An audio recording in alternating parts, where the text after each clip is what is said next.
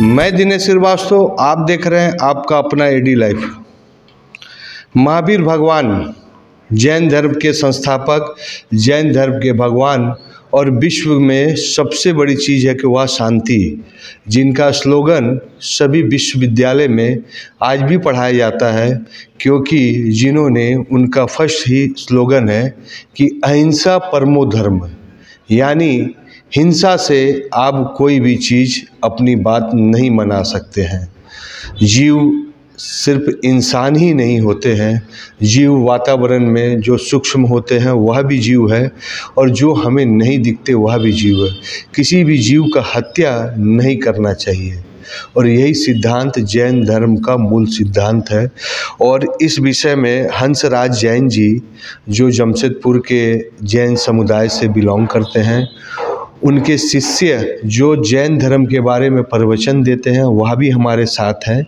उनसे कुछ सवाल जवाब करेंगे और हंसराज जी जैन जी से, हेमंत जैन जी से जानने का कोशिश करते हैं कि जमशेदपुर में किनका आगमन हुआ है, उनकी क्या प्रकाश है, उनकी क्या वाणी है, जो हमारे समाज को, हमारे विश्व समुदाय को, सभी को जानने की ज़रूरत है। आइए हम बात करते हैं हंसराज जैन जी से और हेमंत जैन जी से बात करते हैं। उनके बाद उस शिष्य से भी बात करते हैं जिनके लिए आज हम यहाँ पर आए हैं। पिछले 6 जनवरी से जैन श्वेतांबर तेरापंथ के एकादश आचार्य महान श्रमण जी की विदुषी शिष्या डॉक्टर निर्माण प्रज्ञा जी एवं साध्वी समणी मध्यस्थ प्रज्ञा जी जमशेदपुर में प्रवास कर रही हैं।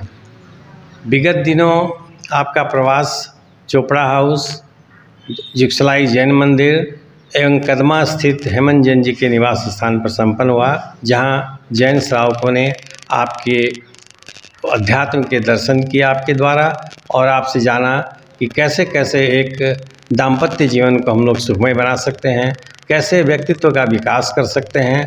साथ ही विशेष रूप से जैनाचार्य जो नवम आचार्य हमारे थे, आचार्य श्री तुलसी, जिन्होंने 1934 से लेकर 1994 तक करीब 1 लाख किलोमीटर तक एक अनवरत आंदोलन की मिसाल पूरे हिंदुस्तान में जगाई थी, और डॉक्टर सर्वपल्ली राधाकृष्णन जी ने उसको बहुत ज़्यादा समर्थन दिया था कि कैसे छोटे छोटे संकल्पों से समाज के हर वर्ग में नैतिकता का विकास किया जा सकता है।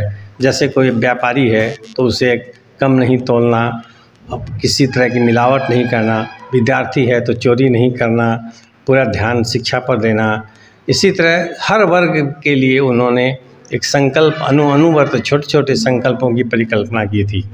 इसके बाद जब 10वें आचार्य महाप्रज्ञ जी आए तो आपने श्वासोच्छ्वास की प्रक्रिया, प्रेक्षा ध्यान का बहुत ही अनुपम एक प्रयोग समाज के सामने रखा, और प्रेक्षा ध्यान से बहुत लोग प्राणायाम जो श्वासोच्छ्वास की प्रक्रिया है अपने स्वास्थ्य को कुशल रख रहे हैं।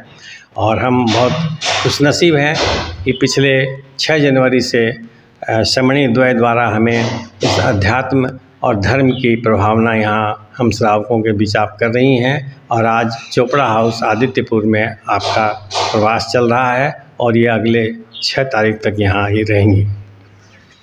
तो इनके बारे में अगर कुछ बात जानना है तो वह मीडिया के माध्यम से बोल सकते हैं, इनके बारे में क्या प्रवचन है? हाँ, ये ऐसे तो इनका सुबह और शाम प्रवचन होता है। फिर और कोई जैन तत्व ज्ञान की कोई जानकारी लेनी हो तो लोग मध्याह्न में भी आ जाते हैं, सायंकाल में भी इनसे चर्चा होती रहती है।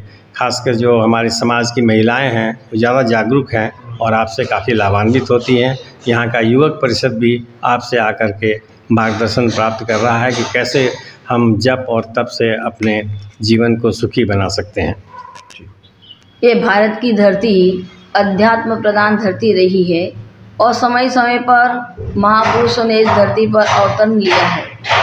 और भगवान महावीर जो जैन परंपरा के 24वें तीर्थंकर हुए, और जो बिहार की धरती पर ही उन्होंने जन्म लिया और बिहार की धरती पर ही उनका विचरण हुआ।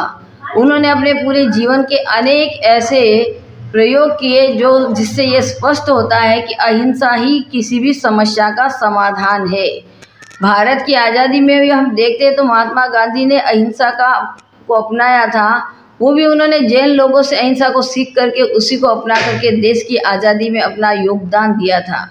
तो ये आपके सामने एक उदाहरण है। युद्ध बहुत हुए भारत की आज़ादी के लिए भी, परंतु किसी भी युद्ध ने कोई समाधान प्रस्तुत किया नहीं कर पाए। तो देश की स्वतंत्रता का एक हमारे सामने साक्षात जीवित उदाहरण है कि वह जैनों की अहिंसा की पद्धति से चला तो आराम से देश की जनता को सुरक्षित बचा भी सका और देश को आज़ाद करा करके आज देश अपना अमृत महोत्सव बड़ी प्रसन्नता से मना सका है। तो आज जो विदेशों में कई जगह युद्ध चल रहे हैं और वहाँ पे ये लोग सोच रहे हैं कि हम युद्ध से समाधान खोजेंगे, ये आज भी नहीं मिला और कभी भी नहीं मिलेगा, क्योंकि रक्त से रक्त को धोया नहीं जाता। रक्त को धोने के लिए जल की ज़रूरत होती है। अग्नि से अग्नि को बुझाया नहीं जाता, अग्नि को बुझाने के लिए जल की ज़रूरत होती है। वैसे ही मानव मात्र को, क्योंकि हर समाज, हर धर्म, हर संप्रदाय के जो महापुरुष होते हैं वे कभी भी किसी की हिंसा को महत्व नहीं देते हैं।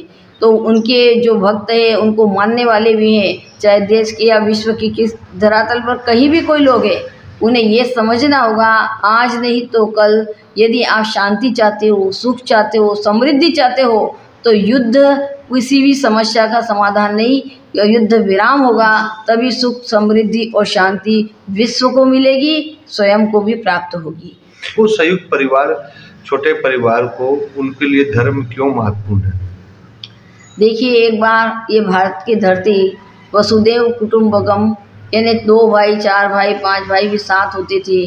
तो एक परिवार में जो खुशहाली, जो माहौल, जो एक अनुशासन, एक मर्यादा, एक चरित्र होता था, वह सब आज आपको देखने के लिए कम मिलेगा। क्यों? कि किसी का किसी पर अनुशासन है ही नहीं।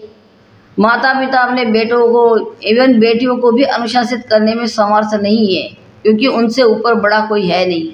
तो गार्जियन नहीं होता है तो परिवार का जो अनुशासन है वो ऑटोमेटिक समाप्त हो जाता है। आज जो न्यूक्लियर फैमिली का सिस्टम चल रहा है भारत में, ये भारत के लोगों के लिए, भारत के समाज, भारत के देश के लिए भी बहुत खतरनाक ही है। परंतु चूँकि जो हो चुका है अब उसमें हमें समाधान खोजना है। उसके लिए आवश्यक है कि हमारे जो न्यूक्लियर फैमिली भी रहती है, चाहे हम 2 हमारे 2, हम 2 हमारा 1, वो माता पिता भी स्वयं अपने आप को भी अनुशासित और धर्म के साथ जोड़े, ये आवश्यक है।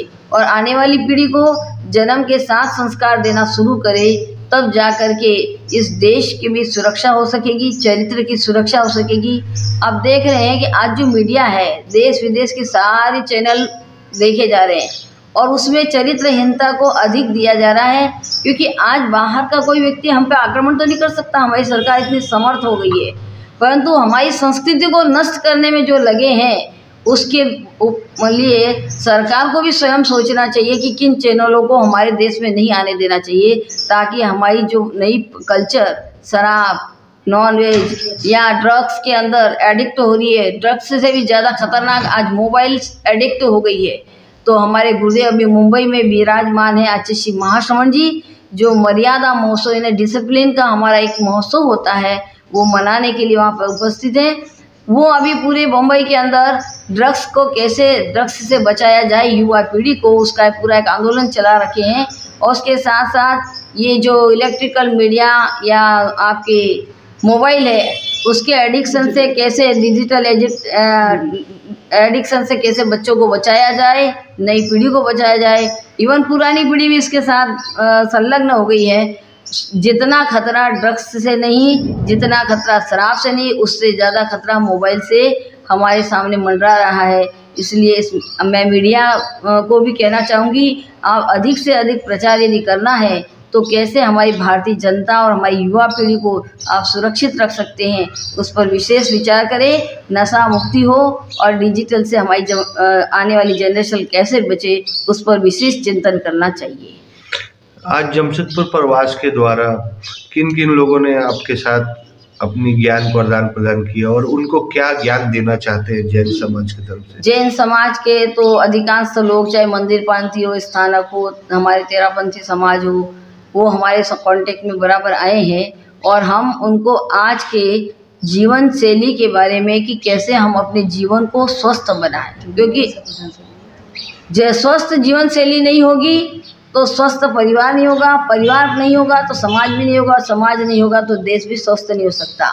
तो भगवान महावीर ने जो हमें अहिंसा की शैली प्रदान की और परम पूज्य आचार्य श्री तुलसी ने देश की आज़ादी के साथ, जब देश की जनता अपनी आज़ादी में मदोन्मत्त होकर के भूल गई थी अपने कर्तव्यों को और भूल गई थी अपने चरित्र को, तो उन्होंने अणुव्रत आंदोलन के माध्यम से जनता को ये संदेश दिया कैसे हम व्यसन मुक्त स्वस्थ जीवन शैली के साथ अपने परिवार को भी चलाएं, समाज को भी बनाएं और देश को भी बनाएं।